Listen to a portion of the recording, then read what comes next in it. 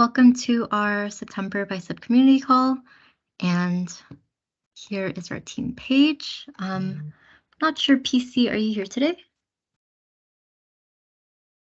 Yes, I am. Hi. All right. Hi. So we have a brand new team member who will be, Uche has recently left us from the DevDiv team, and she will be the new PM for the DevDiv side of things for Bicep. So we have a new PM on Bicep, and if everyone can give her a warm welcome, please. PC, would you like to introduce yourself? Sure, just briefly. Hi, everybody. My full name is Puichi Chen. So just call me PC. It's totally fine. I have been with Microsoft for more than 10 years. I previously worked on Ansible integration with Azure. I was part of the Azure PowerShell team as well, and I've also worked with Jenkins before. So I'm very happy to be part of this team, and hope to be. I think I have a lot of things to learn, so I hope that I'll be learning. Thanks for welcoming me to this team. Anyway, thank you. Thanks, PC. Welcome to the team.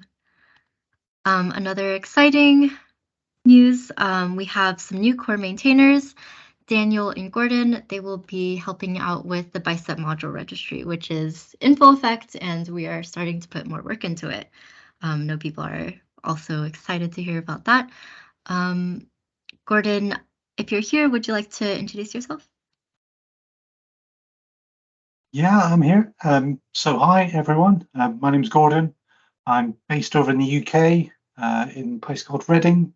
My background's predominantly software engineering. Did a small stint as a program manager in Microsoft as well. And I'm a cloud solution architect that tends to work directly with our customers here in the UK. Thanks, Gordon. Happy to have you here. I'm not sure. I don't think I see Daniel here. Oh, Daniel actually just joined. Hi, Daniel. I'm not sure if you want to introduce yourself, if you can do that.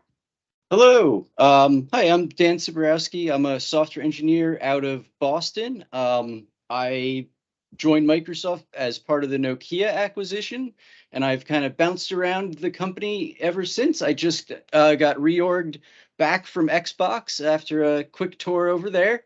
I do a lot of data science, ML, and big data DevOps type of stuff. All right, welcome. So they will be helping us out with modules. Okay, so we'll move on. What is the community call for? It is for you guys. You'll get updates for topics that we usually don't cover in our own calls, and have a more casual connection to our community and our team. Yeah, pretty straightforward.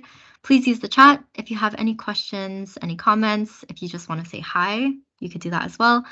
And if you have any questions, raise your hand. We have a question and answer at the end, so you could also wait till the end. But if you have any questions that come up, either put it in chat or raise your hand. Right, Alex? Hey everyone. So we have our next release that'll be out approximately on the 1st of the month. Not a huge release, but a couple nice additions. The first one was a outside contribution, which we always love to see. So Simon Whalen, who actually works on the Bicep PowerShell module with a few others, including Stefan Bemo, who's one of our maintainers, added the metadata keyword. So you can use this just like you use metadata in ARM templates. And we have the kind of language server support that you would expect for it. And it mostly just works as expected. So this was a great addition, and really appreciate Simon being patient with us as we went back and forth with him on what the design of this should be. So great to see that this is out. This actually went out in 10.6.1, but we didn't talk about it on the community call. Same with number 2, the metadata decorator on an output. This is something that was supported at the ARM template layer, but we didn't support it in Bicep. So we added support for that. This was also an outside contribution from Matt Ellis, who works for Microsoft. So Thank you, Matt Ellis, for that one. We fixed some false positives with the new use resource ID functions linter rule. So thank you for those that reported that. Stephen was able to turn those around quickly, so that's good to see. And then you're starting to see a kind of set, like a theme of work around improving decompiler workflows. So the first one that we're shipping with 0.11 is kind of improving the names of decompiled resources and variables. So if you've seen the like underscore var or underscore resource in decompiled Bicep code, we're trying to get rid of as much of that as possible. And there are some other decompiler workflows that should be coming in the future.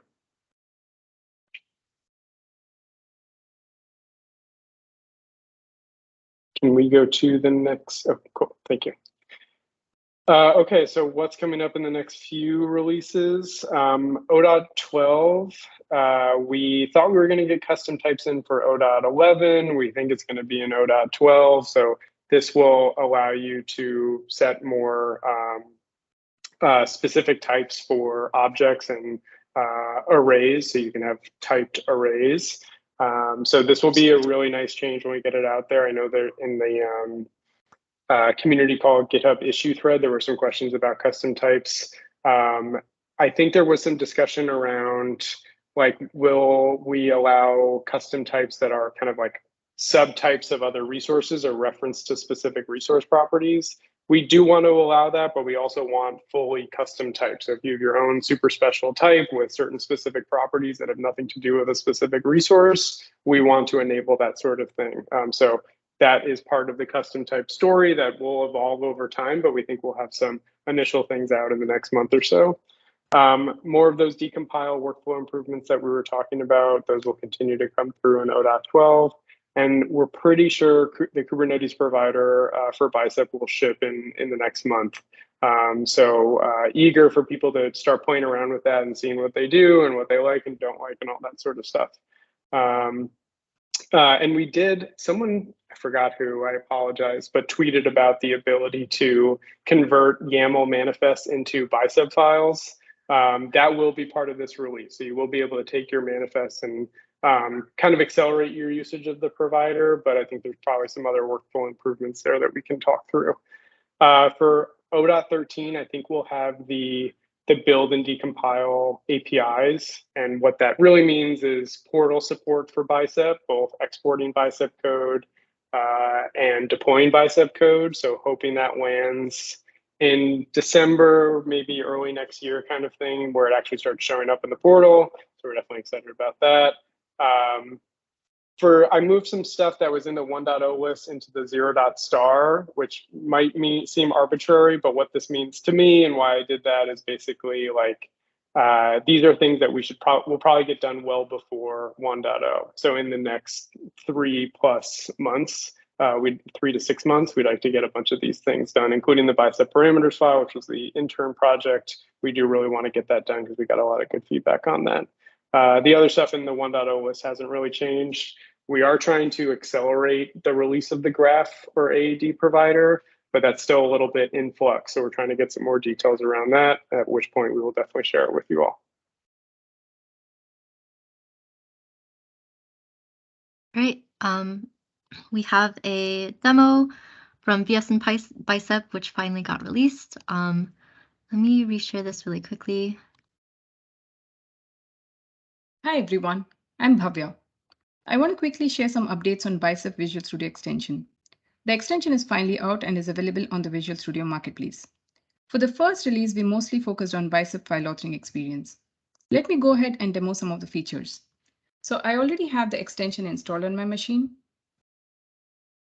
So the name of the extension is Bicep for Visual Studio. Now let's look at some of the features. We support validation. So if you look at this file, there are some squiggles indicating issues, and if you hover over it, it's going to tell you what the issue is. The errors and warnings are also listed in the error list. We also support Bicep config. So if you look at this line, there's a linter warning, and the diagnostic level is currently set to warning. And if you want to update it to error, you can do it via the bicep config.json file. So the name of the rule is no unused params. let's go ahead and change the diagnostic level to error. I'm going to save this, and it should update the diagnostic level here. So let's go back and revert the change, save it, and it should get updated here. So the next one that I want to demo is completion support. I'm going to show you some of the commonly used scenarios. So the first one is the dot property access. So if you type dot here, you can see the list of completion items and you can select the one that you want. Let's look at the property value completion. So if I hit space here, it's going to show me all the completion items. I'm going to select location. Let's pick name. And for this one, I'm going to select the required properties. And if you can see, formatting is slightly off. Hopefully we'll fix it soon. You can also easily explore all available resource types and API versions for given type. So let me go ahead and type manage clusters. You can see all the types here. And once I select the type, it's going to show me the API version. We also support snippets. So let me type vnet and pick the first one. And those are your type stops. We also support code navigation. So we support go to definition. We support peak definition. And finally, we support find all references. So there's a reference for location at line number 2 and 6. We support highlights. So location in line number 2 got highlighted. We support hover. So this one is coming from the linter and so on. We also support refactoring, so you can actually rename symbols. So let's go ahead and rename location 1 to just location. So once I hit enter, it should update the location here in line number 2. We support formatting. So as you can see, this document is poorly formatted. I'm going to invoke formatting using the shortcut Control-KD, and it formatted the document. And the last one on my list is quick fix. So as you can see, resource group is misspelled here. So there's a quick fix. So if I pick this one, it's going to update the misspelled resource group. And then you can select location via completion. So yeah, that's all I have for today. Thank you so much for watching. Whenever you get a chance, please give it a try and provide us some feedback. Thank you. So hi everyone, I'm Shenlong on the Bicep team. So today I'm going to talk about the import syntax for Bicep. First of all, let me give you a little background on the import syntax. So for those of you who are not aware, we are trying to extend Bicep and ARM to support deploying non-Azure resources. As an example, we would like people to be able to deploy a Kubernetes application to an AKS cluster. And to use the Kubernetes application deployment resource in the Bicep file, we need a way to import the Kubernetes provider first and let Bicep compiler load the Kubernetes resource types so that you can get language features like completions and type checking for the Kubernetes resources. Next.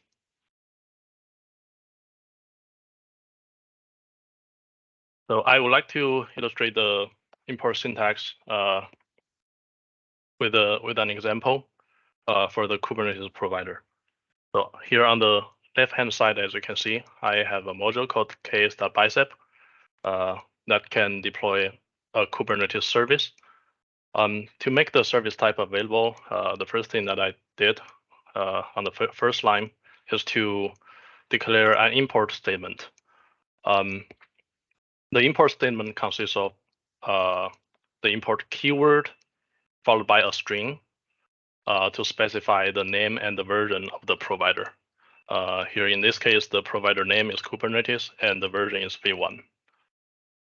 One thing to mention is that the import statement has an implicit requirement that must be satisfied from outside the module. That is the kubeconfig string, because the Kubernetes provider will need to load the kubeconfig in order to know to which cluster the service should be deployed. And as you can see on the right-hand side, I have created a main.bicep file that references the ks.bicep module. Notice that when I instantiate the module, there's a new section called imports, which I use to specify the kubeconfig string for the Kubernetes provider. That's imported by the ks.bicep module. So the kubeconfig property can take a string that can either be the raw text of a kubeconfig file or a base64 encoded string of the file content, which means that you can use the functions like load text content or load file as base64 to load a kubeconfig file. Or you can just declare a secure string as a parameter and then pass in the kubeconfig content at deploy time via the deploy command line. Or if you have an AKS cluster declared within the same file, you can also get the kubeconfig for that AKS cluster dynamically by using one of the least secret function. So yeah, that's basically the example for the Kubernetes provider. Next. So now let's take a look at how import syntax looks like for the AZ provider. I did mention on the first slide that we need to import a provider in order to use extensible resources. And as of today, you don't need to do anything special to use Azure resources because the Bicep compiler will just load all the AZ resources for you. However, in the long run, we don't want AZ to be a special case. And we would like to have users import AZ to be able to use Azure resources. So one of the big benefits with this approach is that we can ship types separately because currently all the Azure types are bundled with the Bicep compiler. And sometimes when the new resource type, when a new API version is committed to the Azure Swagger repository, you have to wait a few weeks to be able to use the API version in the Bicep file. Otherwise, you'll get a warning. So if we ship AZ as a provider separately, you might be able to get all the latest API versions by just importing a new AZ version.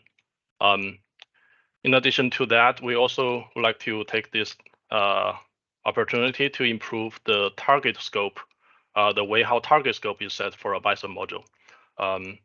The current way of setting the scope type for a module is by declaring a top level statement, and the statement is well, by setting target scope equals the scope type as a top level statement. But that is a very specific very specific to the AZ provider. Like when you think about like when you import Kubernetes at the same time, the top level target scope doesn't make any sense. So we're thinking about moving target scope or scope type to the import syntax itself. So it becomes part of the AZ import statement. And the format we're thinking about looks like this. So first you import AZ, add version, and then you use a with keyword as a visual separator between the import statement and the import statement modifier. And the modifier is an object that takes a bunch of properties. And for AZ, the only property you can set is the scope type. So one improvement we were thinking about making is nowadays you can only set the target scope or scope type to to be one scope type. Either it's resource group or subscription or management group or tenant. But there are some cases where you would want to deploy a resource to multiple scopes. An example would be role assignment or policy assignment. And to support that, we were thinking about making the scope type accept an array of scopes. And I think this is a requirement. This is a feature that many people has requested. So in the future, we might want to implement that. And when we reference the child.bicep module, we do need to specify the requirement for AZ. In this case, it's the scope value of the module. So you would need to set this scope value as a top level property. But when we make the change, this has to be put under the import section and the AZ provider section. So any questions so far?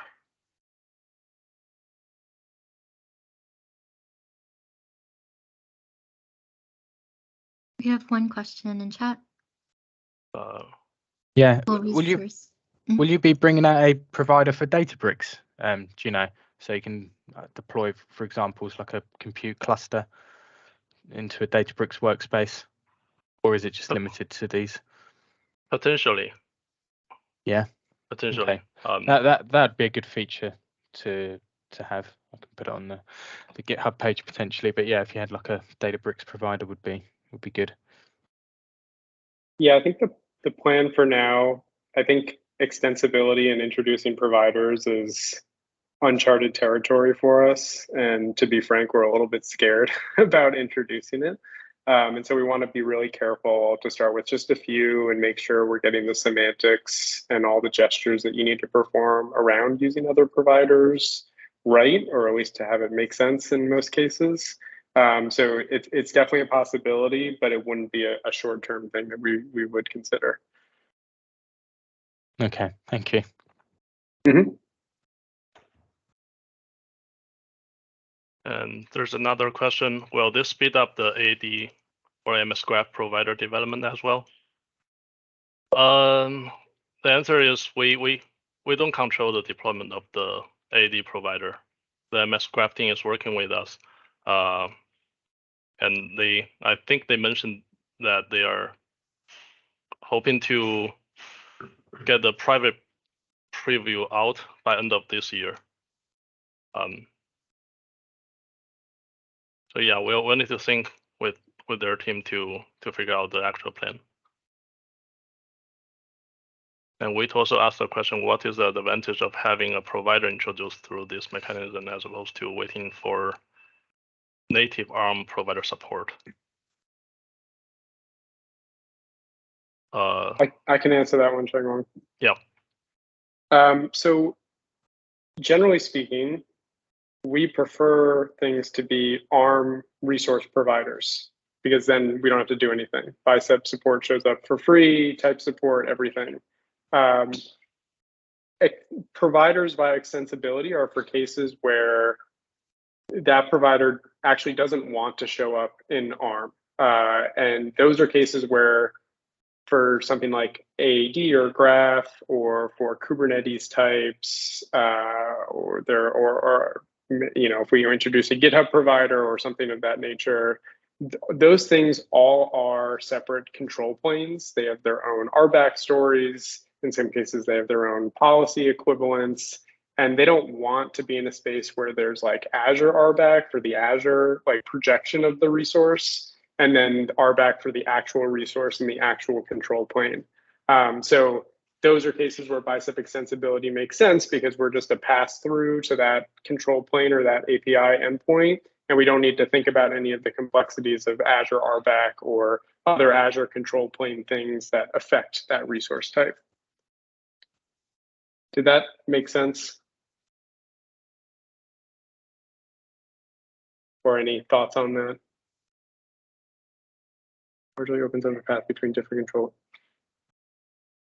Yeah, it allows. I mean, it's you can kind of think of the deployment engine, so how Bicep code gets evaluated, as kind of separate and distinct from the ARM control plane. So Bicep is a thing that talks to the ARM control plane only today, and tomorrow it'll be able to talk to the ARM control plane, the Kubernetes control plane, and the Graph control plane.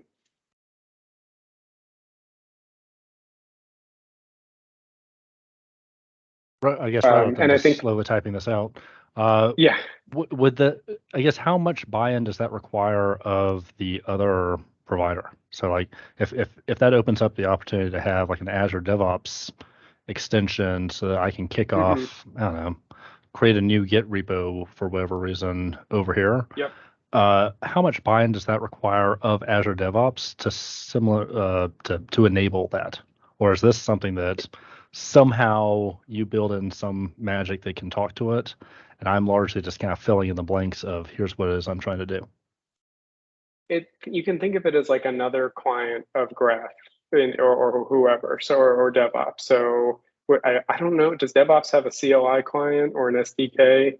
I They assume have they have some of kind that. of REST API or something. DevOps does. Yeah, so it's for them it's another client that they have to maintain and ship updates for and all that kind of stuff. So that's the buy-in that we need from them to build it out. Okay, makes sense. Thanks.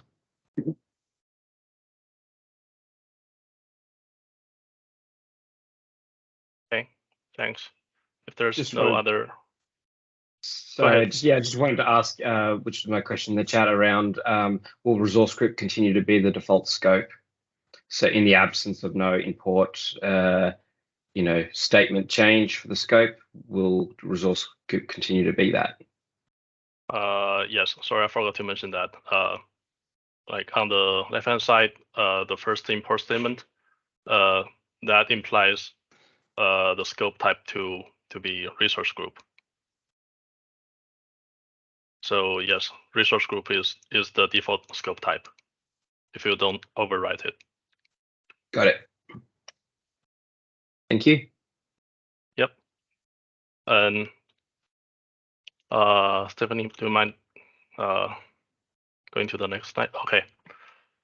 So lastly, I want to go over all the open questions we have for the import syntax. So the first question is, should we add support for default import? I said that we don't want to special case AZ, and in the long run, we will always require you to import AZ to be able to use all the Azure resources. But that will be a breaking change. In the short term, I think we would need to allow loading AZ resources by the Bicep compiler, and we would add a warning to let you switch to the to let you add an import syntax statement for the AZ provider. But I guess my question is, do we think it's worth adding a feature to support default import? Just similar. This will be very similar to the C# implicit using feature. Presumably, you can configure default import via Bicep config, or through some other mechanism. So yeah, this is something we would like to discuss, and feel free to share your thoughts in the comment.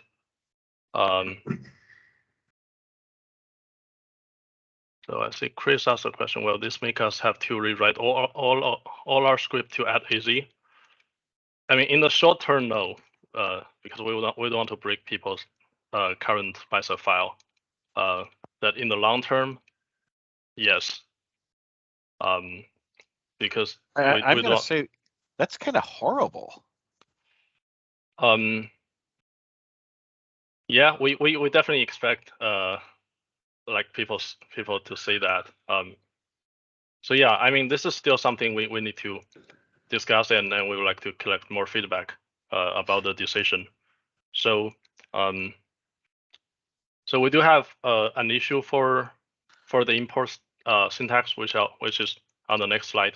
So if you are very against to this approach, please feel free to add comments to the issue. I think the issue number that is relevant to this is 6653. So And can I you have can a? click the link from here. Oh, I'm sorry, Steph. Can Yeah, I sorry, just, go ahead. just a high level overview on this thoughts. You're basically saying that right now,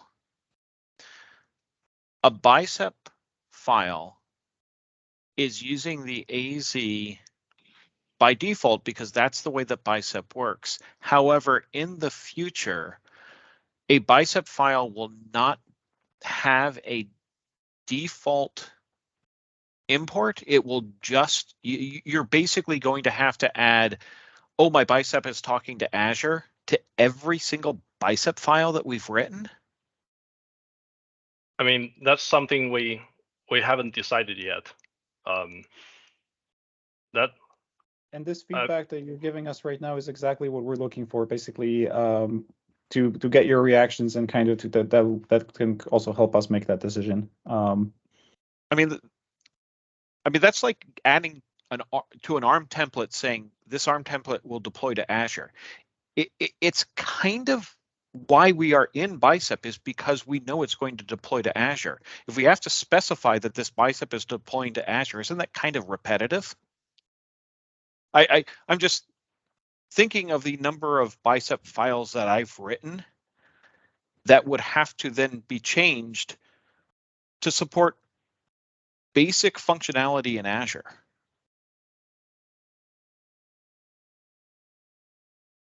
I mean, if we it feels like that depends on the implicit and the explicit depends on that happens with transpiling as well.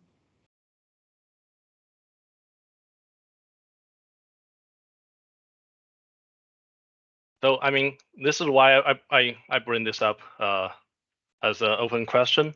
We definitely would love to hear more feedback on this. I know in the GitHub issue, Stan said that he would definitely want to import AZ explicitly.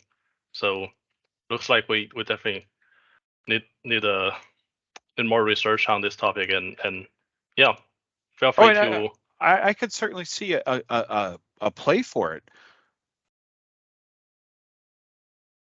but I would hope that if I don't have an import command, it's going to assume that the Bicep file is deploying to Azure. I mean, I'm just kind of confused as to why you would want to change the fundamental working of Bicep that we've been working on now for what, a year and a half? Yeah, it's just interesting to me. Yeah, I mean, if we do want to import AZ by default, the minimum thing that I would like to change is to not have the Bicep compiler load the AZ provider, but rather have a default Bicep config section to import the AZ by provided by default, so that it can be disabled by users when they don't want to deploy to Azure by default. Like, say for example, they are using Bicep to deploy Kubernetes resources. But yeah, that's only in Visual Studio or in VS Code, right? Because the Bicep config doesn't get applied to our templates as they're deployed to Azure. It does, because you have to compile the Bicep files first. I mean, well, only the import statement. Well, I mean, I haven't showed the ARM template for. Well, so here's my problem, right? If I have a Bicep file in a directory with a Bicep config that says automatically import AZ, if I take that Bicep file out of that directory and try to deploy it, you're saying that it will fail because the Bicep file now has to explicitly state that it's deploying to Azure. Yeah, that is a potential problem. So, I mean, we probably shouldn't design the feature right now, or make any decision. Again, this is something we need to discuss further. And it's not a decision that's been made. I just find it questionable to have a Bicep file being dependent on the Bicep config in a given directory. That really breaks the fundamental aspect of, Aren't they sharing. already are dependent, because if you move to a different location, you might have different rules and different error states. So it's definitely possible today that you have the same file in different directories will or won't deploy. Yeah, like the linter rule configuration and the auth configuration for the registry, they're all in Bicep config. So there's already a coupling there. Well, I thought it was a very loose coupling. This is making it a completely dependent coupling.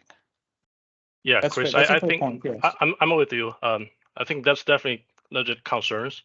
So do you mind adding some comments to the Yes to the issue? Yeah, we definitely love more feedback on this topic. So I think I would like to park the first question and move on to the second topic. That is, how would import affect template deployment experience? Right now, to deploy a Bicep template that contains Kubernetes resources, you can use any of the existing deployment command line commands, like the resource group level deployment command, or the subscription level deployment command. But that doesn't really make any sense, because those deployment commands are tied to Azure, but we're using those commands to deploy Kubernetes resources. So we're thinking about maybe we need to create a unified deployment command to support deploying both Azure and non-Azure resources. And the command will presumably need to expose a new command line argument, say imports, to take import configurations for those providers. So the first three lines are examples of the new import argument. So the first line takes a new import.json file, because if you think about imports, they are very similar to parameters. But this is probably not a good idea, because now we have the Bicep file, the parameters file, and the import file. So another idea we have is maybe we can just consolidate the three files together and create a new file type called Bicep deploy. And within the Bicep deploy file, you can specify the Bicep file you want to deploy, and then you provide parameters and imports there. So yeah, those are just some random thoughts we have so far. Again, we still need more. We still need to do more research on this, and this is something that probably won't come in the short term. So yeah, again, feel free to share your thoughts on this and add comments to the two issues that I share on next slide. So yeah, so there are two issues that's relevant to the import syntax. The first one is about setting versions for the AZ provider, and the second one is for the imports or provider proposal in general.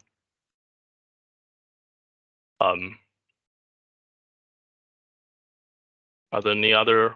Well, I think I can answer the questions async in the chat window, because I think we do have other demos to show.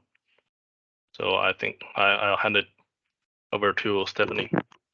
Okay, Thanks, thank Stephanie. you. Before we do that, could we do a quick chat poll about that's just importing AZ by default versus not? I'd love to, because the reason why we brought this discussion up in this forum is mainly to just gauge reactions, and also validate some of the hypotheses that we had about this. So like I'm going to put in two messages in the chat.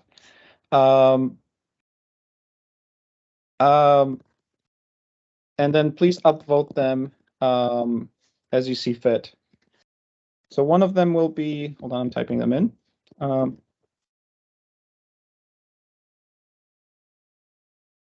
the other one will say, please don't import AZ by default. And please just upvote one or the other, depending on how you see fit, just to get an idea of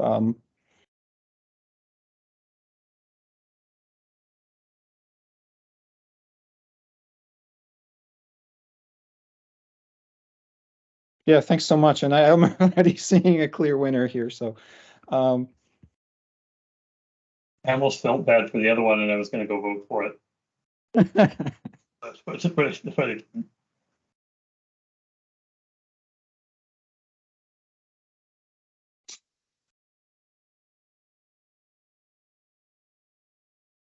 All right, is there anything else we wanted to discuss about this? Because I would like to move on. Yeah, feel free to move on. Sorry, I just kind of Okay. no people can upvote offline or asynchronously while we're going through the demos. Definitely. And yeah, also do send put some comments in the issue that are linked here. All right. Engin, we are super excited to hear about your Benchpress tool. So please go ahead. Hi, my name is Engin with the hot G sound. You can call me Engin. It's only one bit off, and it's cool to be called as Engin as an engineer. And I'm from the Azure Infrastructure and DevOps team in Microsoft. So with my team, every morning we have a daily stand-up, and when it's my turn to give update, I start by giving the joke of the day first. So let me deliver the joke of the day for today. The train station is where the train stops. Bus station is where the bus stops. And at work, I have a workstation. So yeah, I'm the main reason of the late releases. Back to my slide. I'm going to share my screen super quick in a couple of minutes to do a quick demo. So I'm no stranger to Bicep codebase and the PG itself. Had a chance to contribute to the Bicep repo itself a few times. So as my daily task, I work with the Microsoft customers and work with the infrastructure as code aspect of the projects. I sometimes develop Terraform codes, sometimes Bicep codes. If I'm working on Terraform platform, I use Terratest as my go-to testing framework. And even I contribute to Terratest repo as well, like a few times. So unfortunately, there is no Terratest equivalent for Bicep until now. Kidding, it's not ready yet, but we made a good progress, and I want to share the progress and the roadmap with you. So we decided to build a test framework for Bicep, and we named it as Benchpress, thinking to improve the arm and the bicep, you use with the Benchpress tool in gym. So I must admit that, we made a mistake by but with this name. It seems like Benchpress tool is to improve your chest muscles, actually. So, but it's close enough what we intended. So, and as you can see, like how knowledgeable I am with the Benchpress tool in gym. So we will continue with the Benchpress name. We had a spike to pick a language and a platform to write the test framework on. After some deliberate discussions, several projects, demo projects, and feedback from the PG itself, we decided to have a scripting language instead of a compiling language. And we picked PowerShell as our initial starting point. But we didn't want to have a strict barrier wrapping our decisions. So in a couple of minutes, you will see how extensible the solution is. So it will be available to bring other languages and platforms as the testing framework as well. So it will be like extensible solution. So let me start with the design. And at this point, can I share my screen? Yeah, absolutely. Take over. Perfect. So hopefully you all can see my screen. The Benchpress repo is open sourced on GitHub. You can find it at github.com/Azure/Benchpress. The testing framework is actually a thin wrapper around the Azure PowerShell SDK. So if I go to here, Benchpress folder, and the helpers here, and the Azure as well, yeah, it gives you some helper methods to use in your tests. So helper methods may encapsulate one Azure PowerShell SDK function under the hood, or it may encapsulate more than one, sometimes to give you the desired result. So we are using Pester for PowerShell. Yes, here it is.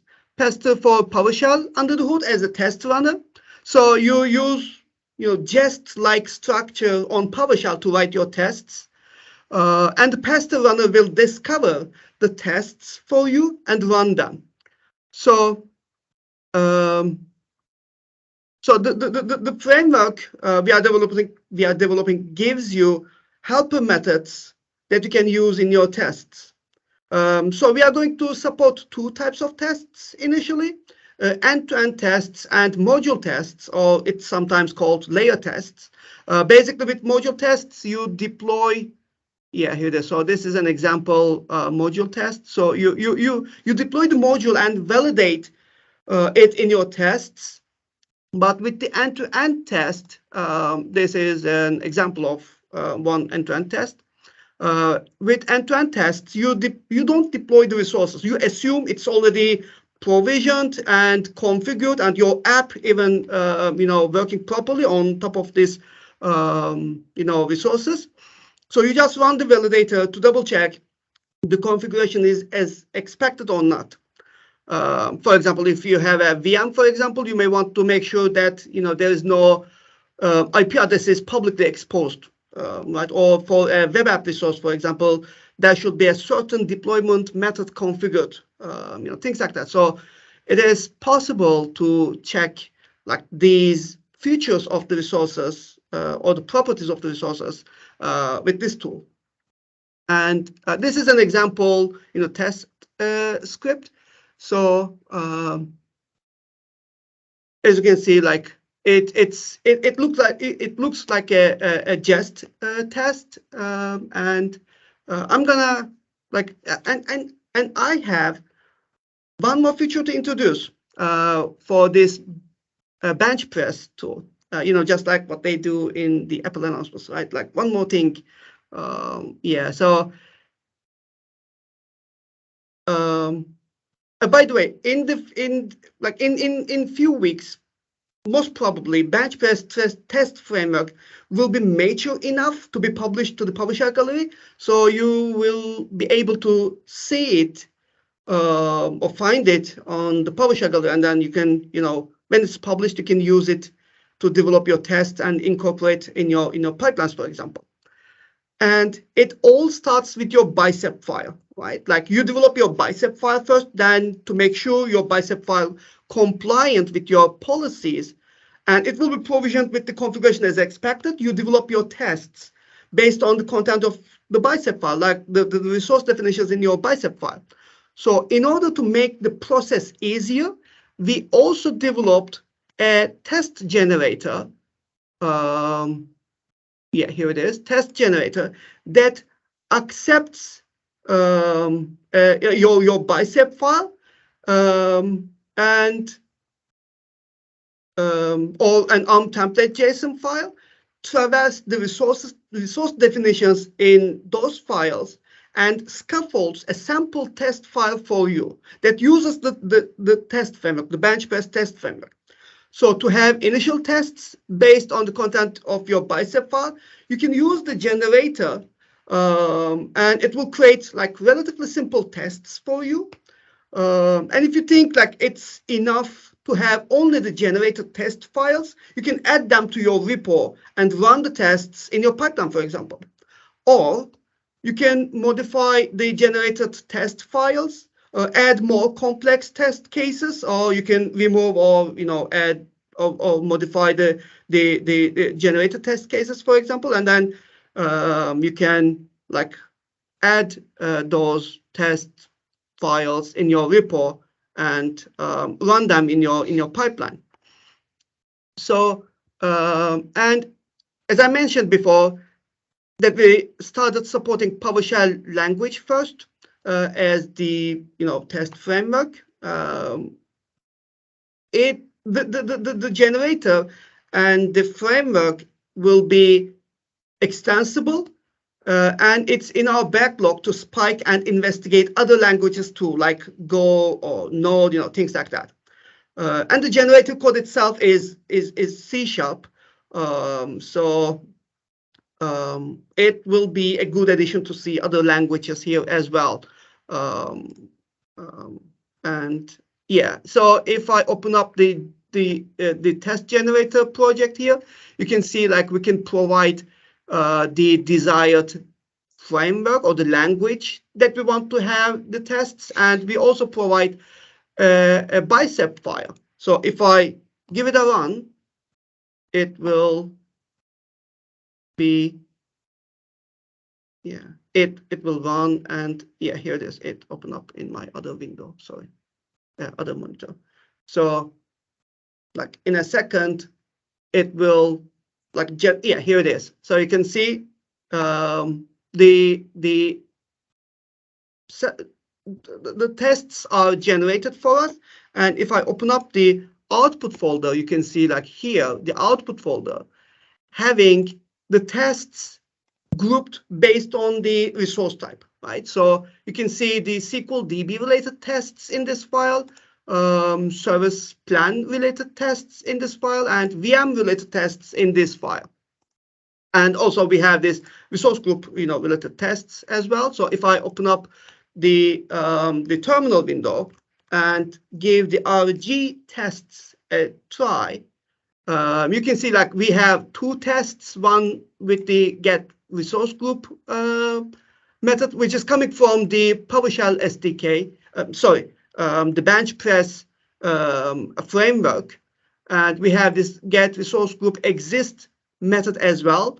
These are the utility methods that come from the Benchpress framework. And you can see like we also have this utility method. And if I make the test fail like this, so you can see like two tests are discovered, one passed and one failed because of this reason, so this is the initial like design of the Benchpress test framework and the test generator as well. Like the generator will accept the Bicep or the ARM template JSON files, and it will spit out these sample tests for you, and you can like incorporate them in your test or in your pipeline. And thank you. Stephanie, back to you, please. If you have any questions, please just reach out to us. The Benchpress repo is open sourced on GitHub. You can find it, and we also have a good project here. You can see like what we are thinking about this Benchpress, like the roadmap and the issues we are going to work on. So if you want to contribute as well, like please join us. Thank you. Stephanie, back to you, please. Thanks, Engin. Really appreciate that. See that a lot of people are excited about this. Let me go back to our PowerPoint. Yeah, if you have anyone else have any comments or questions, please put them in chat or directly reach out to us. Okay. Bicep feedback interviews. We're still looking to interview some more people, so please sign up if you can. This is a great place to tell us about what you are looking for, and we could help prioritize more things that are more on your guys's, on your plate, what you're running into, anything that we can fix firsthand. And updates. So I'm actually going to switch over to share my screen on the GitHub issue where everyone had been asking for updates, and Alex had actually responded to a lot of these. I will put this in chat really quickly. Not sure if Anthony or Marston really had any other comments that they wanted to address here, or if Anthony, Marston, you guys wanted to actually speak for these. Which one specifically, or all of them? All of them. I know that there are some that you are working on. Yes. I'm not sure if you can give more context. Yeah. Yeah, so I can definitely talk about the second from the top on that list that you're sharing right now. Copy index error, quote, the provided copy name doesn't exist in the resource. So we tried to use the basically the new JSON format that the compiler is able, is using for extensibility to kind of work around this issue, but it's actually proving to be a lot more complex. Basically, Stan has a repro that he gave me, and it's using a scope at the topmost resource with an index expression, and there's basically a kind of a hole in our design that makes it a kind of very complicated fix. So I'm looking for a completely different approach to fix this kind of loop problem and a bunch of others that we're seeing. But unfortunately, that pretty much involves rewriting the code generation layer for all of Bicep. So that's obviously going to take some time to implement once we kind of finalize the design. So it'll be we're not ignoring it. We're thinking through how to do it, but it's just going to be a complicated fix that's just going to take a long time. We don't expect a need for any runtime changes, at least, so it should be contained to the compiler itself. But like I said, it'll just take some time. I can also give an update on, let's see, the third from the top. So sorry, third from the bottom, creates CDN to pull Bicep assets to avoid GitHub API limits. On that one, one of our engineers, David, is working. So we had the CDN almost working, but we found a bunch of issues as a result. So we had to revert back to using GitHub again. And then David's close to finishing up his new fix. So we will be able to roll out. I don't have an ETA, but we're very close to rolling out basically the CDN again, and that should address it. So we're almost there, probably a month or two, but don't quote me on that. Even though there will be a recording to quote me, but don't quote me. What else? Let's see what we have here. Not sure if you wanted to address the Bicep parameters file. No, I mean that's basically the plan. Like we Sorry, that was funny. Yeah. No, the plan is what Alex said is correct. Like we don't really have any major updates. We are quietly cleaning up some things with parameters in the repo itself, but nothing yet that we can share. We're just kind of trying to get it ready to be released to public, but no ETA for that.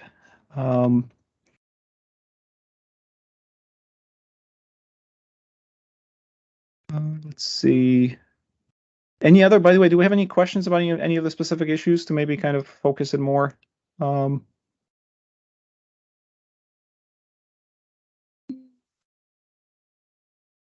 Alex kind of already spoke in there, but I guess I'd like to just hear a little bit more about what's maybe being thought about with strong typing. With strong typing, like supporting resource types, like supporting basically strong typing on parameters? Exactly, yeah. Being able to pass in more of a interface or some kind of a structured type in as instead of just here's a JSON object and trust that it's structured right. So the idea is at a high level. Some of the details are still in flux, but at a high level, there will be a new top level declaration that will be using the type keyword, and you'll be able to basically declare a type You'll be able to have like required properties on an object type. You'll be able to have typed arrays. I think with some additional constraints, and also the constraints, the type constraints that you'll be, and then you'll be able to reference that type in like parameters or outputs, and basically use it that way. Longer term, I think we're kind of thinking of potentially allowing those types to be shared through the registry. Kind of that's still TBD. But the other thing I can share is the plan is to compile the type constraints into the JSON, so the runtime will also validate those complex types. So it won't be just a compiler feature; it'll also be a runtime feature. Are these? Would you still be able to attach? Go ahead. I'm sorry. What are these types going to be based off of? Like, for example, a resource. So, if you had a, like an NSG type, is that going to have the appropriate information in there, or are you going to have to declare that type by hand to then use it and pass it to, for example, that NSG? So the first iteration, we'll have to declare the type in the first iteration. Later on, we're going to make it much easier for you. Once we have the framework for actually constructing custom types in the compiler and handling all of that, we'll basically add like syntactic sugar or some facilities to make that much easier. So that at that point, I think we'll give you the ability to like reference an existing type or part of a resource type, like a property or something. But first, we need to kind of have the ability to even type of any kind, and then we can kind of make it work on simplifying. But that's definitely the plan, to because otherwise like it gets kind of unwieldy to have to like redeclare everything all the time. Well, the big challenge is that as the API versioning changes, your type changes. So a type that works for version October 16th might not work for December 4th. And that to me is the big fundamental aspect of this. And getting back into that import AZ as I'm reading through that proposal, it gets into this, this whole issue with the API version and the changes there and the potential changes to the backend REST API. How do they get reflected up forward into what we see as a more generic Bicep file? Yeah, and that's one of the challenges that we have to work through. One thing I will say though is we will rely on like the Bicep type system is structural, so a lot of this it won't be like the names of types won't really be significant. It will just be basically about matching the structure, and I'm sure we'll be missing some functionality in the first few iterations, and then we'll just fill in the gaps as we kind of see what's missing. And potentially there may be a need to, for example, like to deal with backwards compatibility or to be able to assign a newer type to an older value or vice versa. We may have to alter like some of the type matching semantics as well. Yeah. I mean, So I this guess is personally, I'd rather not see it bound to any kind of resource type, especially where I'm using a lot of parameters and modules to have sets of different kinds of resources. I guess I've got an issue that I had proposed on how to resolve this myself. But thinking of if I create an event hub and I want to be able to say, I don't know, optionally deploy some number of authorization rules in that event hub. Well, I don't want to output the connection strings for those rules. And so I then want to take those connection strings, save them into a key vault if that is also specified. So a lot of conditional stuff. Yeah. But I also would like to pass all that in one parameter. So I'd like to be able to say, optionally give me a key vault name, optionally give me some number of authorization rules. But if you give me an authorization rule, you must also give me a key vault name. So I'd like to be able to, I guess, kind of have required properties of the structure, but then also be able to, have the kind of the built-in validation that we currently have against that, where if you do give me an authorization rule, it can only have one of these three, properties in the array or whatever. Yeah, and the required properties on objects is definitely one of the P0, like the first scenarios that we're going to support. or even like having like required properties in an object that's part of an array, like making sure that like members of an array are objects of a specific schema. That's going to be there. We'll also probably have some support for like optional properties as well. We're still thinking through that, and some additional constraints. But the end state would end up being support for custom types like Whit is asking for, but also types based off of an Azure resource. Custom types in the first iteration, yes. Later on, we're going to look into ways of creating those types more easily off of existing resource types. There'll be some sort of syntax where instead of constructing a type, you would reference a type that already exists as part of some provider. Okay. But that will not be there in the first iteration because we have to first figure out the fundamentals of custom types.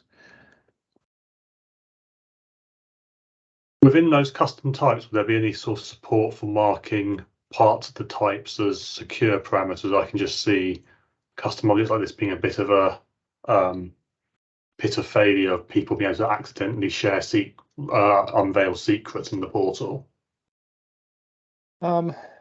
Not in the current version of the spec that I've seen, but this is actually something that we didn't consider. So I'll bring it up with Johnny, who's working on custom types. So thank you for calling that out, because that is definitely a concern. Like you could accidentally include secrets in a custom type. I'll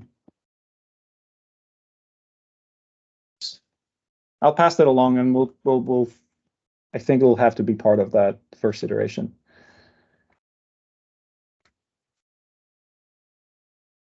All right, we are 7 minutes over time, so are there any last minute questions or comments that you want to address?